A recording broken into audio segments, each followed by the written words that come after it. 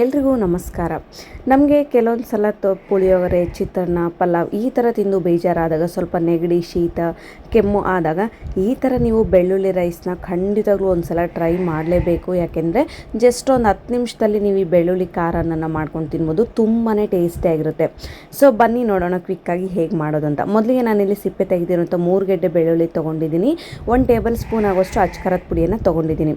ಸ್ನೇಹಿತರೆ, ನಿಮಗೆ ಖಾರ ಸ್ವಲ್ಪ ಜಾಸ್ತಿ ಬೇಕನ್ನೋರು, ಸ್ಪೈಸಿಯಾಗಿರ್ಬೇಕನ್ನೋರು ಸ್ವಲ್ಪ ಖಾರದ ಪುಡಿ ಜಾಸ್ತಿನೇ ಹಾಕ್ಕೊಳ್ಳಿ. ಇಲ್ಲ ಖಾರ ಸ್ವಲ್ಪ ಮೀಡಿಯಮ್ ಆಗಿರಲಿ ಅನ್ನೋರು ಖಾರನ ಕಡಿಮೆ ಹಾಕ್ಕೊಂಡು ಈ ರೀತಿ ಒಳ್ಳಿನಲ್ಲಿ ಚೆನ್ನಾಗಿದ್ದೀನ ಜಜ್ಕೊಳ್ಬೇಕಾಗುತ್ತೆ. ಖಂಡಿತವಾಗ್ಲೂ ನೀವು ಮಿಕ್ಸಿ ಜಾರ್ಗಂತೂ ಹಾಕೊಳ್ಳಿಕ್ಕೆ ಹೋಗಬೇಡಿ. ಈ ಥರ ನೀವು ಒಳ್ಳಲ್ಲಿ ಅಥವಾ ಕಲ್ಲಲ್ಲಿ ಈ ಥರ ಜಜ್ಕೊಂಡು ಹಾಕ್ಕೊಳ್ಳೋದ್ರಿಂದ ರೈಸ್ ತುಂಬಾ ರುಚಿಯಾಗಿ ಬರುತ್ತೆ. ಸೊ ಕೆಲವೊಂದು ಸಲ ಏನು ತಿಂದರೂ ಬಾಯಲ್ಲಿ ರುಚಿನೇ ಬರೋದಿಲ್ಲ. ಅಂಥ ಟೈಮಲ್ಲಿ ಜಸ್ಟ್ ಒಂದು 10 ನಿಮಿಷದಲ್ಲಿ ಈ ಬೆಳ್ಳುಳ್ಳಿ ಖಾರನ ನೀವೇನಾದರೂ ಮಾಡ್ಕೊಂಡು ತಿಂದರೆ ಖಂಡಿತವಾಗ್ಲೂ ಇದು ರುಚಿ ಅಂತೂ ನೀವು ಯಾವತ್ತೂ ಮರೆಯೋದಿಲ್ಲ. ಎಕ್ಸ್ಪೆಷಲಿ ಕೆಲವೊಂದು ಸಲ ಜ್ವರ ಬಂದಾಗ, ಶೀತ ಆದಾಗ ಈ ರೈಸ್ನ ನೀವು ಮಾಡ್ಕೊಂಡು ತಿನ್ಬೋದು. ಈ ರೀತಿ ಸಣ್ಣದಾಗಿ ಜಜ್ಕೊಳ್ಬೇಕು, ತರಿಯಾಗಿ ಜಜ್ಜೋದು ಬೇಡ. ಖಾರದ ಪುಡಿ, ಬೆಳ್ಳುಳ್ಳಿ ಎಲ್ಲ ಚೆನ್ನಾಗಿ ಮಿಕ್ಸ್ ಆಗೋ ತನಕ ಈ ಥರ ಫೈನಲ್ ಆಗಿ ಜಜ್ಕೊಂಡು ಈಗ ಒಂದು ಸ್ಪೂನಲ್ಲಿಟ್ಟು ಸೈಡಲ್ಲಿಡಿ. ನೆಕ್ಸ್ಟ್ ಒಂದು ಕಡಾಯಿಗೆ ನಾನೀಗ ಎಣ್ಣೆಯನ್ನು ಹಾಕ್ಕೊಳ್ತಾ ಇದ್ದೀನಿ. ಗ್ಯಾಸನ್ನು ಕಂಪ್ಲೀಟಾಗಿ ಲೋ ಫ್ಲೇಮಲ್ಲೇ ಇಟ್ಕೊಳ್ಬೇಕು. ಸೊ ಎಣ್ಣೆ ಎಲ್ಲ ಚೆನ್ನಾಗಿ ಬಿಸಿ ಆದಮೇಲೆ ನಾನು ಇದಕ್ಕೆ 1 ಟೇಬಲ್ ಸ್ಪೂನ್ ಆಗುವಷ್ಟು ಜೀರಿಗೆ, 1 ಟೇಬಲ್ ಸ್ಪೂನ್ ಆಗುವಷ್ಟು ಸಾಸಿವೆ ಹಾಗೂ ಈ ಬೆಳ್ಳುಳ್ಳಿ ಖಾರ ಅನ್ನಕ್ಕೆ ಮೇನ್ ಸ್ವಲ್ಪ ಇಂಗ್ರೀಡಿಯೆಂಟ್ಸ್ ಅಂದರೆ ಇದು ಶೇಂಗಾ. ಯಾವುದೇ ಕಾರಣಕ್ಕೂ ಶೇಂಗಾನ ಮಿಸ್ ಮಾಡದೆ ಹಾಕಿ, ತಿನ್ನುವಾಗ ತುಂಬಾ ಚೆನ್ನಾಗಿರುತ್ತೆ. ಸ್ವಲ್ಪ ಹಸಿ ಕರಿಬೇವನ್ನು ಹಾಕಿ ಶೇಂಗಾವನ್ನು ಚೆನ್ನಾಗಿ ನೀವು ಸ್ವಲ್ಪ ಕಲರ್ ಚೇಂಜ್ ಆಗೋ ತನಕ ರೋಸ್ಟ್ ಮಾಡ್ಕೊಳ್ಬೇಕಾಗುತ್ತೆ.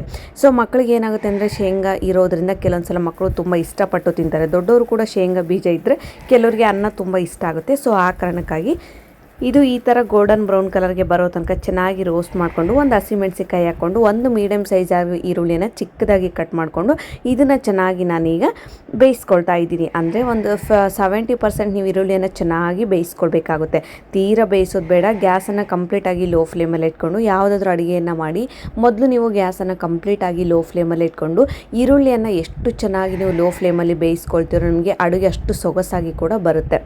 ಸೊ ಮಿರ್ಚಿ ಬೇಡ ಅನ್ನೋರು ಸ್ಕಿಪ್ ಕೂಡ ಮಾಡ್ಕೊಳ್ಬೋದು. ಬಟ್ ನಮಗೆ ಮನೇಲಿ ಸ್ವಲ್ಪ ನೆಗಡಿ, ಕೆಮ್ಮು ಜಾಸ್ತಿ ಆಗಿರೋದ್ರಿಂದ ಗಂಟ್ಲಿಗೆ ಏನು ಬಾಯಿಗೆ ರುಚಿನೇ ಬರ್ತಿಲ್ಲ. ಸೊ ಆ ಕಾರಣಕ್ಕಾಗಿ ನಾನು ಸ್ವಲ್ಪ ಸ್ಪೈಸಿಯಾಗಿರಲಿ ಅಂತೇಳಿ 1 ಮೆಣಸಿಕಾಯಿನ ಹಾಕ್ಕೊಂಡಿದ್ದೀನಿ. ಚಿಟಿಕೆ ಆಗೋಷ್ಟು ಅರಿಶಿನ ಪುಡಿ ಹಾಗೂ ರುಚಿಗೆ ತಕ್ಕಷ್ಟು ಉಪ್ಪನ್ನು ಹಾಕ್ಕೊಂಡು ಒಂದು ಸಲ ಚೆನ್ನಾಗಿ ಮಿಕ್ಸ್ ಮಾಡ್ಕೊಂಡಾದಮೇಲೆ ಈರುಳ್ಳಿ ಎಲ್ಲ ಚೆನ್ನಾಗಿ ಬಾಡಿದ್ಮೇಲೆ ಒಂದು ಮೀಡಿಯಮ್ ಸೈಜ್ ಆಗಿರುವ ಟೊಮ್ಯಾಟೋವನ್ನು ಚಿಕ್ಕದಾಗಿ ಕಟ್ ಮಾಡಿಕೊಂಡು ಕೂಡ ಹಾಕ್ಕೊಳ್ತಾ ಇದ್ದೀನಿ. ಸೊ ಮಾಮೂಲಿಯಾಗಿ ಚಿತ್ರಾನ್ನಕ್ಕೆ ಯಾವ ಥರ ನೀವು ಇವೆಲ್ಲವನ್ನು ಕಟ್ ಮಾಡಿಕೊಂಡು ಫ್ರೈ ಮಾಡ್ಕೊಳ್ತೀರೋ ಸೇಮ್ ಅದೇ ಥರ ಮಾಡ್ಕೊಳ್ಬೇಕು. ಸೊ ಈಗ ನಾನೀಗ ಜಜ್ಕೊಂಡಿರುವಂತಹ ಖಾರದ ಪುಡಿ ಹಾಗೂ ಬೆಳ್ಳುಳ್ಳಿ ಪೇಸ್ಟ್ನ ಇದಕ್ಕೆ ಹಾಕ್ಕೊಳ್ತಾ ಇದ್ದೀನಿ. ಹಾಕ್ಕೊಂಡು ಚೆನ್ನಾಗಿ ನಾವು ಏನು ಫ್ರೈ ಮಾಡಿರ್ತೀವಲ್ವ ಈರುಳ್ಳಿ ಟೊಮ್ಯಾಟೋದು, ಅದ್ರ ಜೊತೆ ಕಂಪ್ಲೀಟಾಗಿ ಅದೆಲ್ಲ ಚೆನ್ನಾಗಿ ಬೆರಿಬೇಕು. ಅಲ್ಲಿ ತನಕ ಒಂದು 1 to 2 ಮಿನಿಟ್ಸ್ ನೀವು ಚೆನ್ನಾಗಿ ಮಿಕ್ಸ್ ಮಾಡ್ಕೊಳ್ಬೇಕು. ಈ ಥರ ಪ್ರೆಸ್ ಮಾಡೋದ್ರಿಂದ ಈರುಳ್ಳಿ ಟೊಮ್ಯಾಟೋದಲ್ಲೂ ಕೂಡ ಚೆನ್ನಾಗಿ ಬೆಳ್ಳುಳ್ಳಿ ಪೇಸ್ಟ್ ಕೂಡ ಬೆರೆಯುತ್ತೆ. ಈ ಥರ ಚೆನ್ನಾಗಿ ಎಲ್ಲನೂ ಮಿಕ್ಸ್ ಮಾಡ್ಕೊಳ್ಬೇಕು.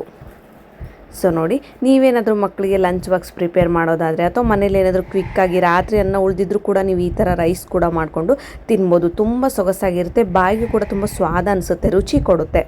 ಸೊ ಈಗ ಇದನ್ನೆಲ್ಲದನ್ನು ಚೆನ್ನಾಗಿ ಮಿಕ್ಸ್ ಮಾಡಿಕೊಂಡು ಒಂದು 2 ನಿಮಿಷ, ಅಂದರೆ ಅದು ಬೆಳ್ಳುಳ್ಳಿ ಸ್ಮೆಲ್ಲೆಲ್ಲ ಹೋಗ್ಬೇಕಲ್ವ.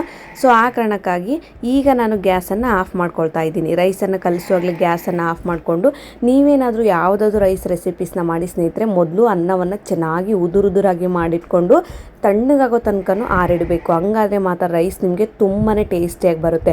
ಸಡನ್ನಾಗಿ ಬಿಸಿಯನ್ನು ಹಾಕೋದ್ರಿಂದ ಅದರಲ್ಲಿ ಏನೂ ರುಚಿ ಇರೋದಿಲ್ಲ.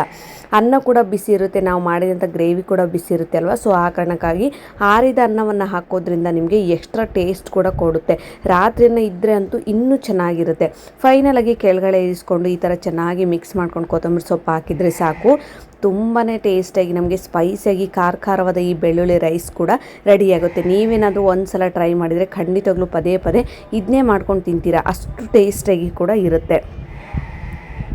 ಸೊ ನೋಡಿ, ಈಗ ನಾನು ಒಂದು ಪ್ಲೇಟ್ಗೆ ಹಾಕಿ ತೋರಿಸ್ತಾ ಇದ್ದೀನಿ. ಖಂಡಿತವಾಗ್ಲೂ ಸ್ನೇಹಿತರೆ, ಕೆಲವೊಂದು ಸಲ ನಮಗೆ ಪುಳಿಯೋಗರೆ, ಚಿತ್ರಾನ್ನ, ಪಲಾವು ಈ ಥರ ತಿಂದು ಖಂಡಿತವಾಗ್ಲೂ ಬೇಜಾರಾಗುತ್ತೆ. ಕೆಲವೊಂದು ಸಲ ರೈಸ್ ಮಾಡ್ಕೊಳ್ಳಿಕ್ಕೆ ಬೇಜಾರಾಗಿರುತ್ತೆ. ಮನೇಲೇನು ತರಕಾರಿ ಇಲ್ಲದಾಗ ಈ ಥರ ನೀವು ಬೆಳ್ಳುಳ್ಳಿ ಖಾರನ ಒಂದು ಸಲ ಟ್ರೈ ಮಾಡಿ ನೋಡಿ, ತುಂಬಾ ಚೆನ್ನಾಗಿರುತ್ತೆ. ಹಾಗೂ ಕಡಿಮೆ ಸಮಯದಲ್ಲಿ ಜಸ್ಟ್ ನಿಮಗೆ ಬೆಳ್ಳುಳ್ಳಿ ಖಾರದ ಪುಡಿ ಇದ್ದರೆ ಸಾಕು, ತುಂಬಾ ಟೇಸ್ಟಿಯಾಗಿ ಕೂಡ ನೀವು ಈ ರೈಸ್ನ ಮಾಡ್ಬೋದು. ಇದ್ರ ಜೊತೆಗೆ ಫೈನಲ್ ಆಗಿ ಒಂದು ಅರ್ಧ ನಿಂಬೆಹಣ್ಣು ಹಾಗೂ ಸ್ವಲ್ಪ ಈರುಳ್ಳಿ ಇದ್ದರೆ ಸಾಕು, ಒಂದು ಮಧ್ಯಾಹ್ನದ ಊಟ ಅಂತೂ ತುಂಬಾ ಚೆನ್ನಾಗಾಗುತ್ತೆ. ಸೊ ನೀವೇನಾದರೂ ಇನ್ನೂ ನನ್ನ ಚಾನಲ್ಗೆ ಸಬ್ಸ್ಕ್ರೈಬ್ ಮಾಡಿಲ್ಲ ಅಂದರೆ ಸೊ ಲೈಕ್ ಮಾಡಿ, ಶೇರ್ ಮಾಡಿ ಹಾಗೂ ಸಬ್ಸ್ಕ್ರೈಬ್ ಮಾಡೋದನ್ನು ಮಾತ್ರ ಮರಿಬೇಡಿ. ನೀವೇನಾದರೂ ಟ್ರೈ ಮಾಡಿದರೆ ಖಂಡಿತವಾಗ್ಲೂ ನನಗೆ ಕಾಮೆಂಟ್ಸ್ ಮೂಲಕ ತಿಳಿಸೋದನ್ನು ಮಾತ್ರ ಮರಿಬೇಡಿ. ಸಿಗೋಣ ಮತ್ತೆ ಮುಂದಿನ ವಿಡಿಯೋದಲ್ಲಿ. ಧನ್ಯವಾದಗಳು ಸ್ನೇಹಿತರೆ.